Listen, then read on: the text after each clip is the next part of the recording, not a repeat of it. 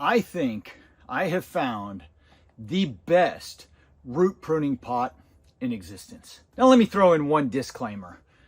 I am partial to containers. My wife and I have a running joke that it's really not the plants that I love, it's the containers. It's kind of a mental illness. If any of you agree, let me know down below. Now I don't know what it is, but when I stumble upon perfect containers, I get excited. And the one I just stumbled upon is very exceptional. I was watching a YouTube channel the other day. I kind of came across it by accident. I stumbled upon this guy's channel. He's a gardener and he does a lot of experiments with plants. I dug through his channel, looked at a lot of different videos, and he's a pretty cool, down-to-earth guy. I really think you guys should head over there and check him out. His channel is called Grow New Roots. Anyway, I was watching him and he was doing some videos on a specific type of container, nursery pot, that I think I might have come across years ago, but I don't know why I didn't latch on at that time, because it's right up my alley. And I'm going to show it to you in just a second. But first of all, I'm not affiliated with this company at all. I just stumbled upon his channel and you got to go check him out. I'm going to post a link to his channel down below. And then a specific video that he did where he compared the growth of pepper plants with these pots. Now, if you guys decide you like these pots, like I said, I'm not affiliated, so I can't get you any special deals or anything like that. But if you go to that video that I'm going to link for this specific channel, he's got a 15% off discount on these pots. So before you rush over and buy them, make sure you check out his discount and use that. It's a specific word that you plug in on the cart and you can save some money. So here is a standard nursery pot, and you guys have seen these before. It's just a black plastic pot. It's injection molded, which I really like because they hold up a lot better than the blow molded ones with the thinner walls on them. And they last a really long time, even out in the sun. I've had some of these for 15 years. And here is the root maker container. And you'll see right off the bat, it looks pretty similar. It's injection molded, so it's really strong. And I especially like that part because I like to abuse my pots and use the heck out of them for many years. And so I know if I buy this, it's going to hold up for a long time. But you'll notice one big difference. It steps down every couple inches here. And when you turn it this way, you can see why. So they've got holes at every little step down along this point, which will allow those roots to stop circling the pot, and instead they'll hit those little holes at every little step and they'll just prune themselves by hitting air. You guys have seen root pruning, air pruning before, I'm sure. You've seen lots of different variations of pots. I've looked long and hard. The other pots, and I actually have some of them that are really popular right now, are, you know what? I've got one. Let me show it to you. These guys right here. So I think this is a 5 or 7 gallon air pruning pot, root pruning pot.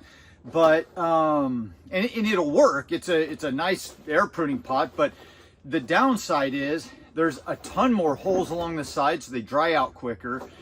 Once the plant and the roots get set in these, you can't pull them out. So you've got to, it's got all these little screws that you screw into place, and you take them all apart, you pull it away from the plant, and then you've got your root ball there. So you can't just pull these out. So we've got 1, 2, 3, 4 parts to it. So hopefully you don't lose anything. I mean, they're great little pots, but I saw these, I thought, that is slick. It's simple. There's no moving parts. It's solid. See, this really is a fetish, guys. This is a mental illness, and my wife is right, and we've got more containers than I know what to do with, but it's just the way it has to be, right? I like collecting containers, but you've got all the benefits of the air pruning. You don't have as many holes all along the sides, and so they're not going to dry out as quickly. Anyway, my plans are to do some experiments with these. I've got some tomatoes growing. I am working on a video right now where I'm showing you I air layered a tomato and then did a cutting of a tomato, and they're pretty close to the same size. So I think this will work out well, but I want to do a video where I grow one in here and grow one in another standard container. This is their 1 gallon container. It's pretty similar to a standard pot. It's a little smaller at the bottom, but a little bigger at the top. It ends up being close to the same volume. So I want to grow one in each of these containers. I'll probably use the 1 gallon here just to prove the point. But if you go over to Grow New Plants, that YouTube channel I found, like I said, there's a link down below. He actually does a video where he compares pepper plants, and the pepper plants growing in these root pruning pots, they were thicker, there were more branching, the branching looked better, they were just bushier, and then the roots, there were so many more roots, and they were just healthier plants to get started with. So go check that out and you'll see that's what sold me on these pots. I'm excited to get this little project started. I don't have anything like specific to show you guys right now plant wise, but I wanted to make this real quick and show you. Also on my mind right now, and what I want to do with these pots as well, is grow some figs, because Figgy Ed has called me out. Yes, he called me out all over the internet. He couldn't help himself. He told everybody my wicked plans of growing a fig indoors in a tent. Now, there are a lot of people growing figs indoors, and you know, you guys have been watching me for a while. You know, I finally came to the realization I'm just in a rough area for growing figs. I'm right on the edge. I get massive amounts of figs every year, and they end up growing tons of figs that never ripen. The ones out in my orchard, lots of figs, none of them ripe. We just get too cool too early, and we actually have longer later summers, but our springs are just too cool and long and rainy, and we don't get good fig growth until we start heading into like mid-June to July, which is just too late. Put them in the garage last year, really sped things up and helped me. I got more figs this year than I've ever gotten, but it still wasn't enough. Obviously, it's never enough. But I want to take it to another level here, and I want to try and grow indoor. Figgy Ed has got me so excited I can hardly stand it. I want to set up a grow tent where I grow these figs, or at least one fig indoor. I'm thinking my Black Madeira KK, and see if I can get the numbers and the results that he's getting. Now, he's growing in a room in his house where the lights are shining down and there's no tent, there's no walls to reflect the light, and we're going to talk about all that. I actually have a par meter just like he does. It's a different brand, but it's a par meter, so I can do some similar comparisons like he's doing and show you the difference between a tent and being just in an open room with grow lights. But I'm excited about this. I want to see what we can get, and to do it, I think this is going to be the best of both worlds, because I'm going to use, I didn't show you this one, this company actually has bigger pots. This is a 3 gallon they've got. In fact, I showed you the 1 gallon.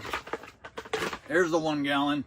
I got a 2 gallon, a 3 gallon, and some 5 gallons. So multiple pots to play around with.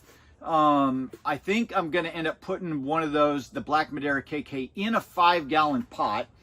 And the advantage I'm going to get growing this indoors, I won't have to up pot so frequently, because those roots will get pruned automatically in this pot. It will utilize more of the potting soil and the area that's in there for a longer period of time and grow a healthier plant. That's the theory anyway. And actually, it's not just a theory. It's proven out. People have been using these style for a long time. Anyway, lots of plants coming down the pike. I can't wait to get them started. I'll bring you guys along for the journey. Go check out the channel, Grow New Roots. I'll put a link down below, and get you some root maker containers. These things are really cool. So I know that was a lot of plans and not a whole lot of plants, but hope you guys followed along with this one and enjoyed it a little bit, and it'll steer you in the right direction of things that you guys are wanting to do. Embrace the mental illness. Go collect some more containers. If you liked it, hit the like button, subscribe if you want to follow along. Have a fantastic week, and I'll see you guys in the next video. Adios. Now, something else you guys might be interested in. I had to try a variety of these things. They've got these little guys. They're square, but they're also injection molded. They were pretty cute, so you know, I gotta have a few of these as well. But they're for like seedlings and smaller little plants and things like that. Now, this one I'm gonna have to test. I don't know how it's gonna come out. I did research some more, and I found on another YouTube channel where somebody was growing figs in these, and now figs suck water quite a bit. So I don't know that I would want to grow more aggressive plants in these smaller guys. I think I'd use them for like tomato seedlings and things like that, because for the volume of soil that you'll put in here, they've got a lot more holes, a bigger open space in them. So I think they're going to lose a lot of moisture in these, which isn't a bad thing as long as you're keeping on top of it. So I think these are going to be a great place to start. It comes in this really cool tray here. Anyway, I think these are going to be a really cool place to start. One thing that I was thinking was where I'll take a lot of my, where is it? Right here, this guy.